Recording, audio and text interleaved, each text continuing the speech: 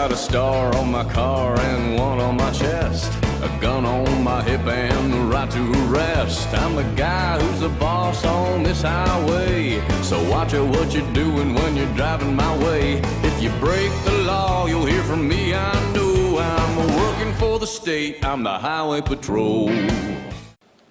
Hey YouTubers, welcome to the next project. It's going to be the Sheriff Roscoe police car by NPC, now being released by round 2. Yeah, I'm not going to build it as Roscoe's police car. It will be a police car, but just you know, sort of a more tricked out version. I did want to do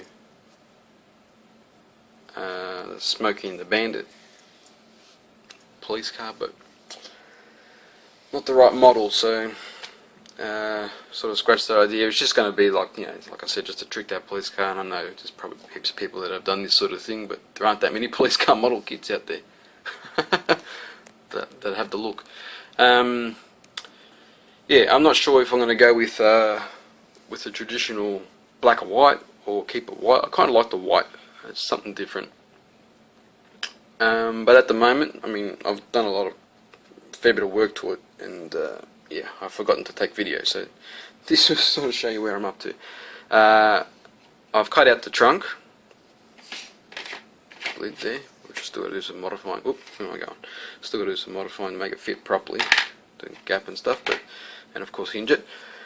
And I've drilled out the top of the holes for the light bar. Yeah, I've just primed everything, kind of a miscoated primer just to help with the sanding, to get it smooth. Again with the chassis, I've just lightly primed it. Yeah, this kit, it's been released as a lot of different versions, and it seems to me like when AMT bought the molds, they like for the Goon car, for example, it's got a twin exhaust, so I'm guessing they would have, you know, modified the molds to have the twin exhaust, which, you know, I guess when a 440 V8 would make more sense to me, but in this case, yeah, it's going to be a bit tricked out, so it's a pain that it is molded in, because I do want to run twin exhaust, so I'm going to have to either cut this out, which is going to be a it's going to be a bugger, or put another one on the other side to sort of match it. Either way, it's going to be a bit of a task. So, I mean, I suppose the alternative is just to change the whole chassis, you know, but I don't know. I'll have to keep what I can from the kit.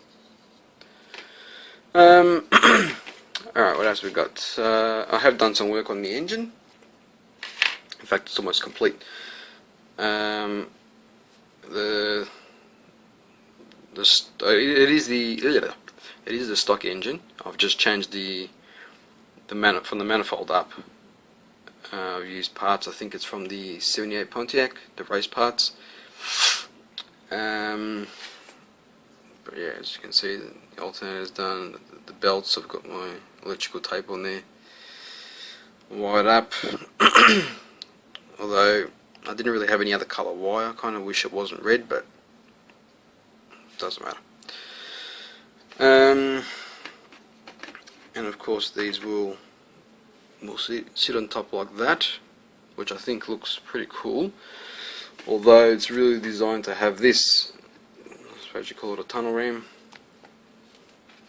and then that on top, which I think will look cool in the end result, because it's going to be sticking out of the hood quite a bit, or at least the top section will be, this, you know, the filters. But I've got to wait till I put it together, because I think that it doesn't look sort of in proportion with the engine. Looks funny. So I'll have to decide that later. It's just a simple swap, I guess. Whatever sits nice at the end. I mean, in the end, you're not going to really see most of the engine anyway, so you won't even tell that it's out of proportion. So yeah, like I said, I'll just decide when I put it in the engine bay, you know, what looks best at the end. What else we got? Yeah, I've been playing around with the lights.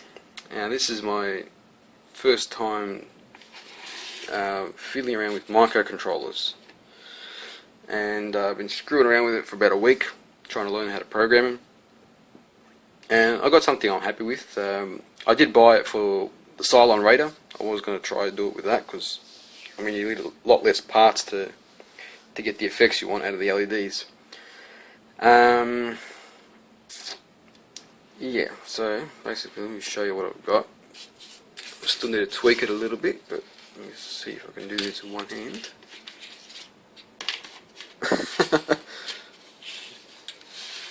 See if I can do this with one hand. There we go. Oh. So kind of sort of modernised it a little bit. It's got three little phases that it goes through to repeat.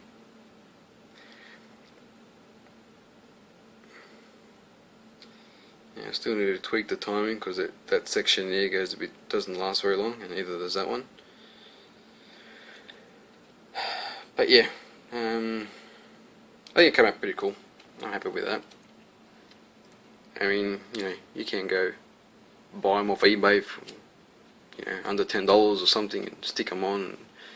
But there's more pride in doing it yourself, and plus you're learning something which can be applied to other projects. I mean, these wires here, I need to change those. They're not going to fit through the through these.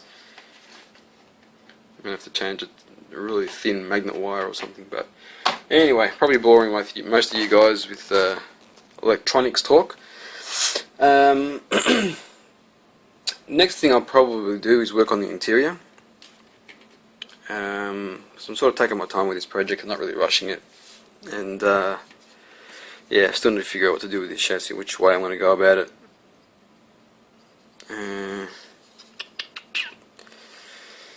Yeah. But anyway, that's it for now. I'll let you know how I go with future updates. Till then, I'll catch you later. Do you have any idea how fast you were going?